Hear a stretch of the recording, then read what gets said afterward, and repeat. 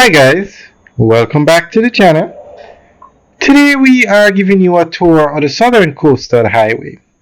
This is the road that runs from Harborview to Portland, the largest road project on the way in Jamaica. Now, it was announced recently that the trucks that carry marl and other aggregate from St. Thomas, from the quarries in St. Thomas to other parts of the island, they are overloaded. And as a result of the trucks being overloaded, and in some cases they are not covered at all, they are destroying the highway. Now, this is a new highway, it's actually still under construction. As you can see, this section of the highway is 2 lanes, but in some sections it's 4 lanes, like where the video started. So the police are trying to crack down on the truck drivers. Now, from this highway was under construction years ago, they have had this problem.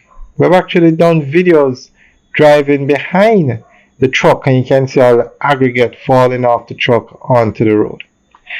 And unfortunately, this practice has led to accidents. The police are mostly minor fender benders. Sometimes they say the accidents are so minor that they're not even reported to the police. But sometimes it's more serious. So we're going to go through an article that gives more information on what's happening here and what the police plan to do to correct it. The South Coast Highway in St. Thomas was constructed to improve mobility, strengthen trade, and encourage economic activity in eastern Jamaica.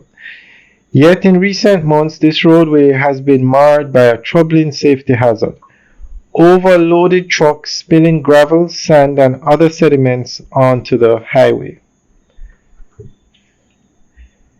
The problem has escalated to the point where police report at least a dozen accidents directly linked to these spillages.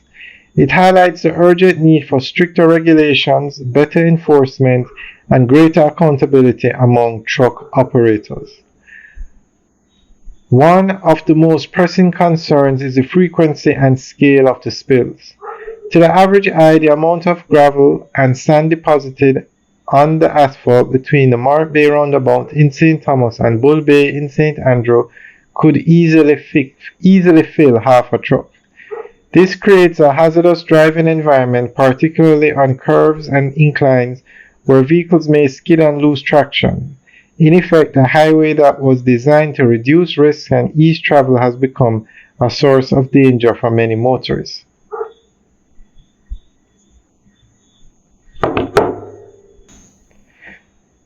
The role of truckers in this crisis cannot be overstated. Reports indicate that many of these vehicles are operating while overloaded, which not only increases the likelihood of spillage, but also makes the trucks harder to manage on the road. This recklessness represents a disregard for public safety. While the demands of commerce and construction may incentivize truckers to carry heavier loads, the risks imposed on other road users are unacceptable. The law requires loads to be properly covered and secured, and violations of these rules amount to negligence that endangers lives. In response, the police have vowed to prosecute offending truckers and to increase patrols along the affected stretch of roadway. While this is a positive step, there is also a call from the public for harsher penalties. Higher fines, the suspension of trucking permits, and stricter monitoring of loading sites have all been suggested as ways to enforce compliance. These measures would not only punish wrongdoers, but also act as a deterrent to those who might otherwise ignore the rules. Beyond law enforcement, the issue also raises broader questions about road safety culture in Jamaica. The South Coast Highway is a vital piece of infrastructure meant to uplift the region, yet it is now associated with preventable accidents.